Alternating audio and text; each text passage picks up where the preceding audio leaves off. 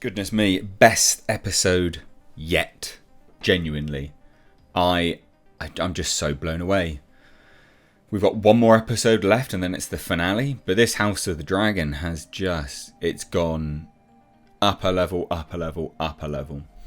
Where's the ceiling that it's hitting here? The quality of writing, of production values, of score, the emotional engagement you feel from watching this just continues to elevate.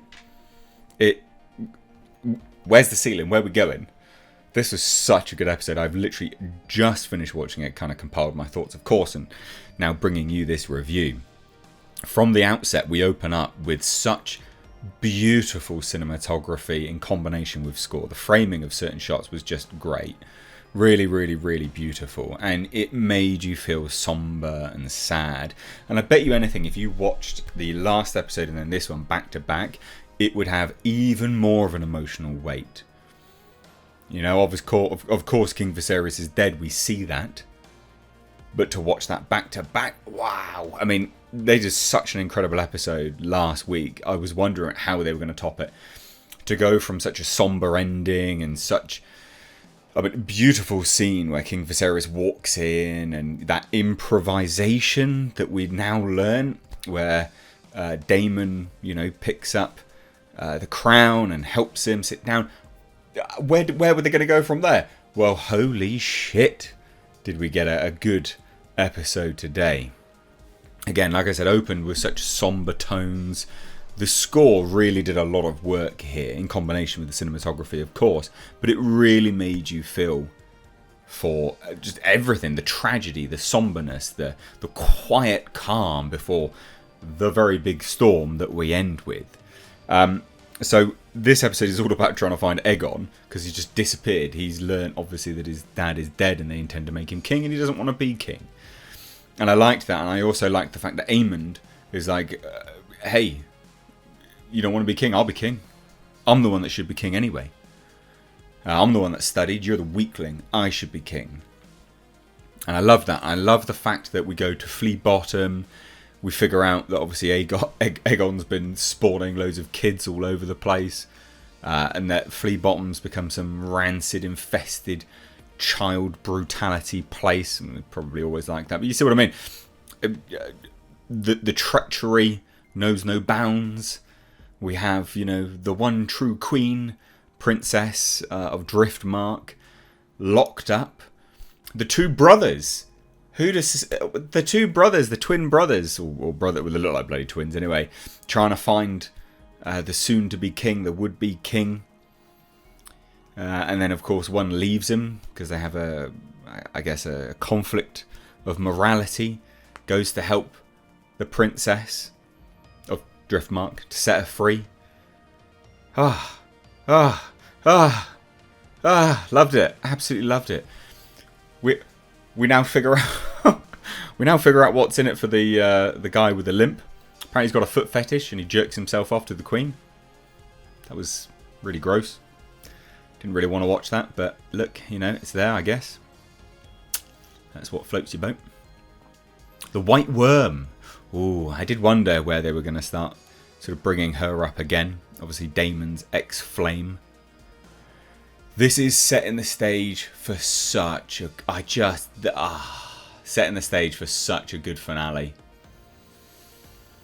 Sir Criston, who just wants to kill him right now? I could not believe it. We have the guy going, this is treason, I won't stand for this, blah, blah, blah, blah. Sir Criston just marches over, just slams him down, sit down, smashes his skull and he's dead. And the king of the King's Guard is like, the head of the King's Guard is like, put down your sword, take off your cloak. They have a mini standoff. Sir Walter, I think it is. And then he's like, yeah, I'm done with this now, I'm going. I was very surprised that they didn't let him leave. That I was really surprised with. Because surely you'd think, well, he's just going to go now. He's going to go and now warn Rhaenyra. So that was surprising. But that, just the fact that it had been revealed that the Hand had been plotting with all the other members of the council.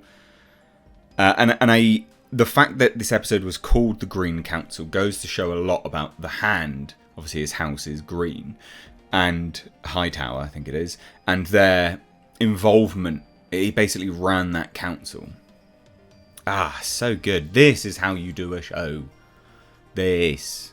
I'm bloody sick of Rings of Power. God, I'm so glad I don't have to watch that now for another year or so. This is how you do an episode. The princess getting funneled coincidentally into the dragon pit, where obviously they're trying to do the inauguration, coronation, whatever, of now King Aegon. And just for the fact that they even say, you know, the crown of the conqueror passed down. It's like, it's not, that's some epic foreshadowing there. It's not something you really should do.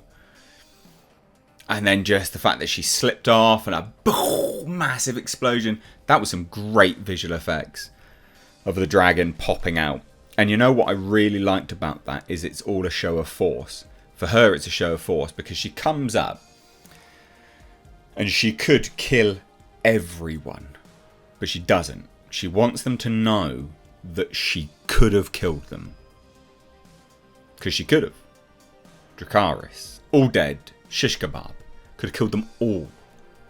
But she's choosing not to. And that is a massive show of strength or weakness, depending on which way you look at it. But it's a very interesting tactical maneuver.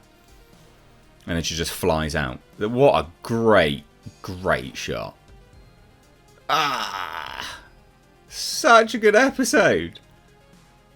Honestly, I'm consistently impressed with this. If you haven't watched it, because you've obviously thought, you know, Game of Thrones and things like that, it let you down, I would genuinely implore you to watch this. It's very good.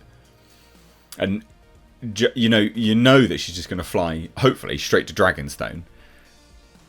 And then that'll be it. What is it? The Dance of the Dragons. Just all-out war. Dragon warfare. Love it. Absolutely love it. Such a good episode. Such a good episode. Such a good series. Cannot get enough of this. And it's well worth your time watching it as well. It's not wasted time. This is a fantastically produced show. So Criston is just such an arsehole. This is the guy that got his fifis hurt and has now been on a massive warpath ever since. What a dickhead. Awful, awful human being. Definitely deserves to die. I can't wait to see what Sir Walter's up to. Hopefully he's still around, because that's someone with principle. And you know what is so, you know, characters with conviction, whether they're evil or not, is really important, because Alicent genuinely believes what she's doing is the right thing. She genuinely thinks that this is what King Viserys wanted, when in fact he was warning against it. And so it sets up an interesting, the stage is set for a very interesting finale and things to come. And that actor that plays Aemond, he's great. He's got a bright future ahead of him. He's really good. Really good. Anyway, thoughts down below.